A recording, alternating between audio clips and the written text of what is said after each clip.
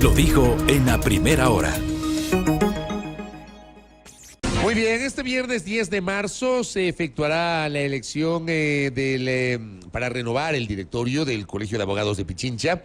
Visita nuestra mesa de trabajo la jurista Anabel Guerrero Pita. Ella aspira a ser vicepresidenta del Colegio de Abogados en la lista que encabeza el penalista Paul Ocaña. Doctora Anabel Guerrero, bienvenida, ¿cómo le va?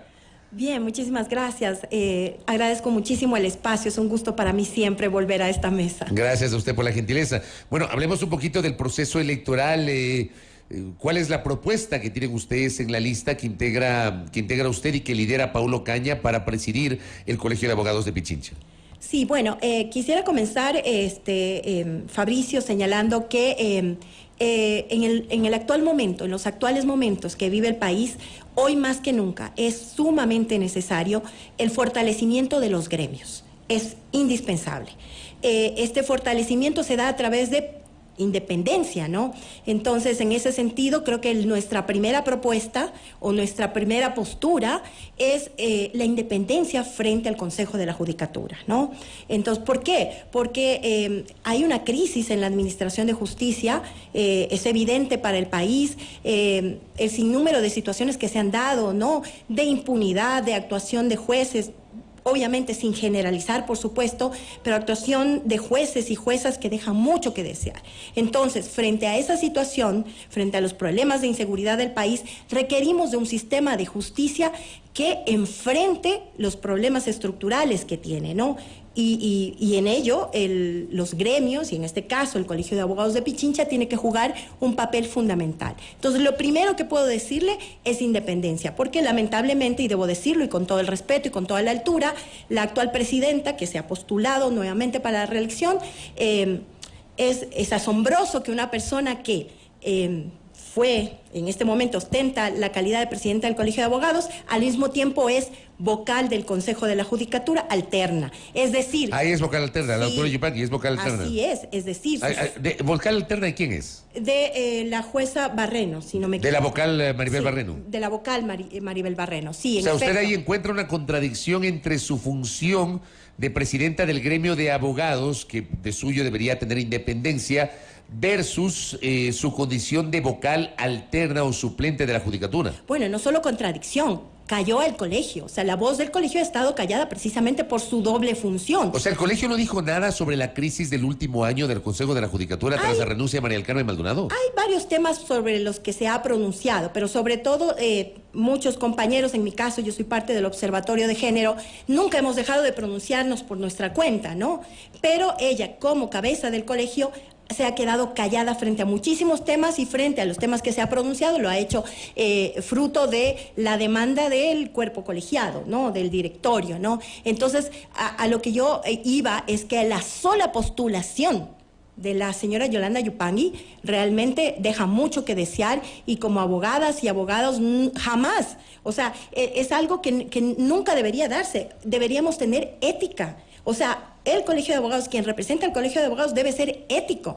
¿Cómo puede, ostentando las dos calidades, decirle a los abogados que va a defender sus derechos cuando el Consejo de la Judicatura ha incumplido un sinnúmero de situaciones? Por ejemplo, los abogados, no hay un buen trato hacia los abogados y abogadas en libre ejercicio, cuando no hay los recursos, cuando los propios jueces y fiscales tienen que poner de su bolsillo para comprar papel, para poner para la tinta, cuando hay un sinnúmero de situaciones como la que les he dicho. Por ejemplo, en el ámbito en el que yo me desempeño, que es la defensa de los derechos de las mujeres, no hay suficientes médicos, legistas, no hay suficientes cámaras de GESEL, no hay la visión y la formación en perspectiva de género de los operadores de justicia, y para eso se requiere que el gremio, insisto, esté fortalecido y demande de esta instancia la corrección de todas estas situaciones y enfrentar todos estos hechos que le he comentado. Ahora bien, ¿usted cómo mira este último cambio en el Consejo de la Judicatura, el hecho de que finalmente, luego de un año de controversia, ya se tiene un presidente titular que es el delegado de la Corte Nacional de Justicia como manda la Constitución? Tuvimos un año de polémica tras la renuncia de María del Carmen Maldonado el 2 de febrero del año anterior. Tuvimos un presidente encargado. Resulta que sistemáticamente el Consejo Consejo de Participación Ciudadana y Control Social se negaba a llevar adelante la designación del nuevo presidente del Consejo de la Judicatura. Vino el pronunciamiento de la Corte Constitucional que supuso la destitución de los 7 consejeros del Consejo y finalmente el Consejo, integrado por suplentes principalizados, optó por allanar ese camino. Pero ¿cómo le ven ustedes? Bueno, sin duda es saludable que la conformación se haya por fin realizado o dado conforme lo determina la Constitución y las normas, ¿no? Desde todo punto de vista es saludable. Ahora, una sola persona a lo mejor no hace los cambios, ¿no? Y estamos frente a un ente que nos ha demostrado, primero, funcionalidad al gobierno. Segundo, realmente ha dejado mucho que desear en su accionar. Han habido un sinnúmero de denuncias, por ejemplo.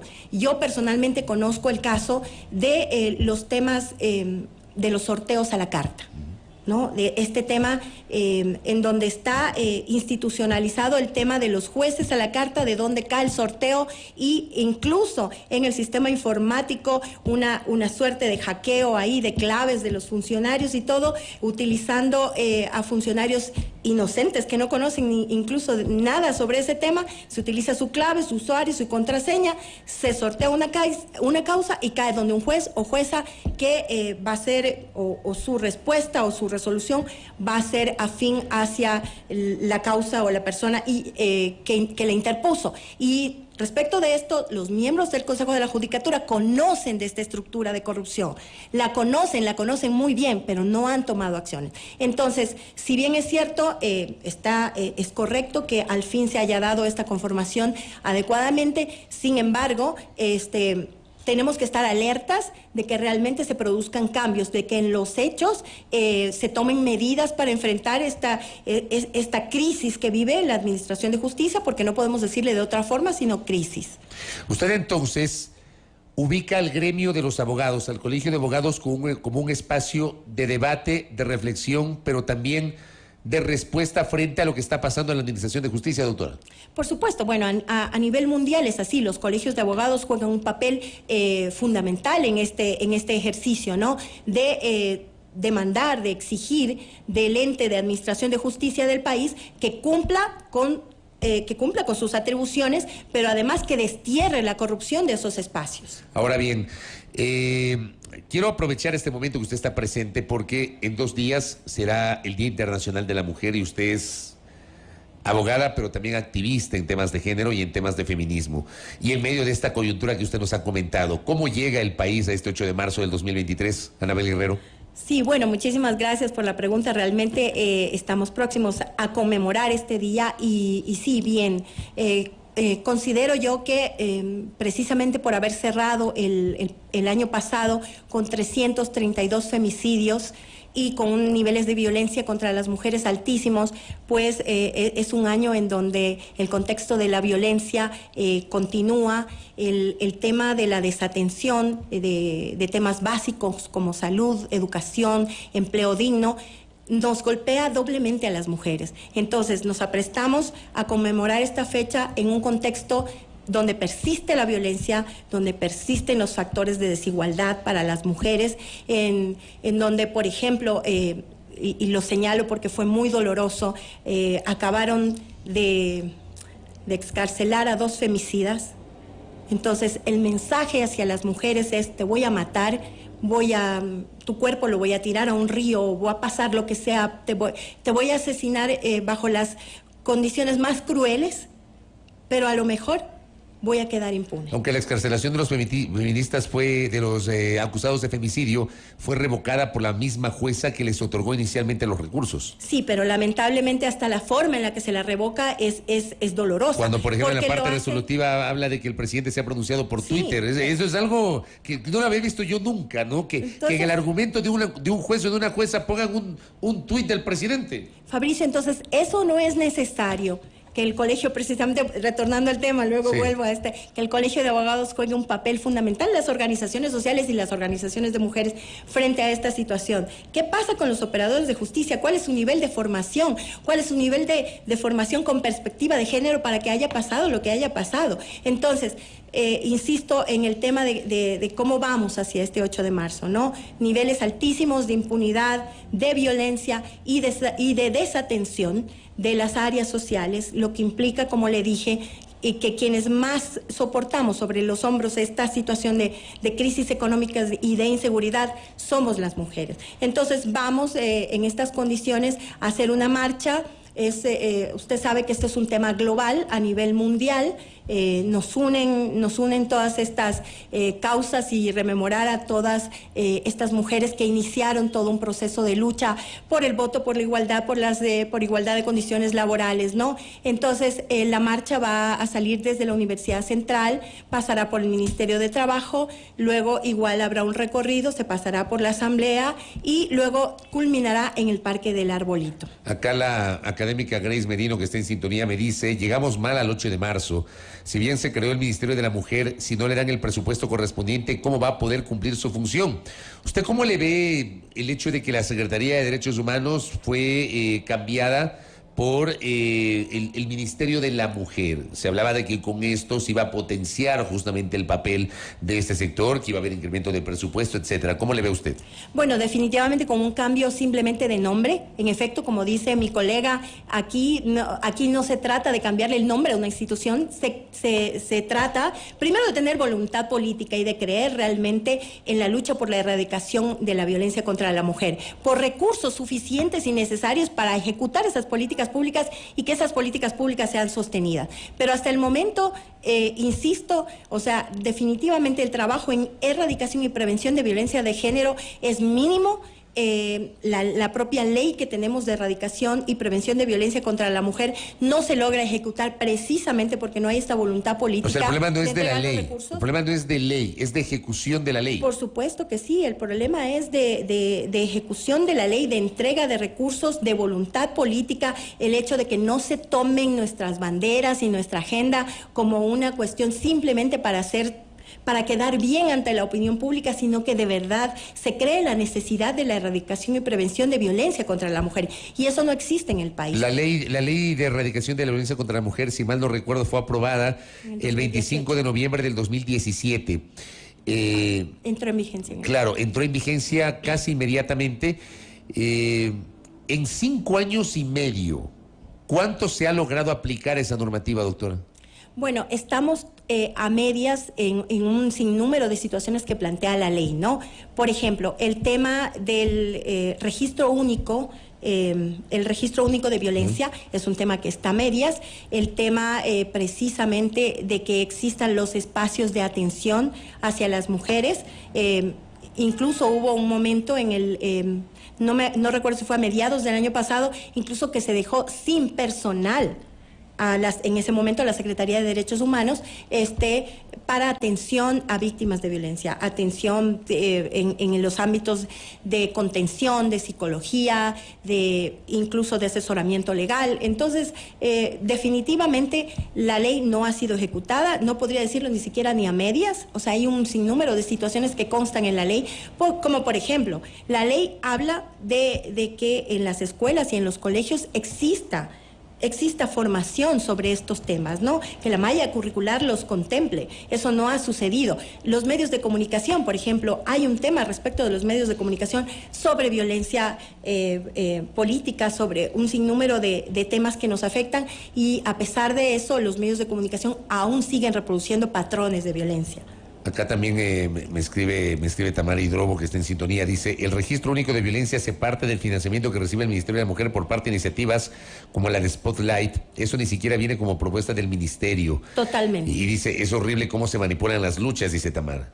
Así es, concuerdo con Tamara. O sea, ni siquiera es un tema en el que el gobierno central ha puesto todo su empeño y sus recursos, obviamente, ¿no? Sino que utilizan a todos estos organismos internacionales nacionales con toda la buena voluntad lo hacen, pero ni siquiera es un tema que parte del gobierno central o de las instancias que tienen que trabajar en ello. Oiga, hablando de mujeres y retomando el tema de la elección del Colegio de Abogados, ¿cuántas mujeres están en la lista que usted integra? Bueno, la lista obligatoriamente, porque así es estatutariamente, tiene que tener alternabilidad. Alternabilidad, ¿Tiene paridad? Paridad, por supuesto que sí, así es. Y en ese sentido, aprovechando que me hace la pregunta, justamente quería comentar sobre eso. Es muy grato contar con grandes mujeres y por supuesto también grandes colegas en la lista.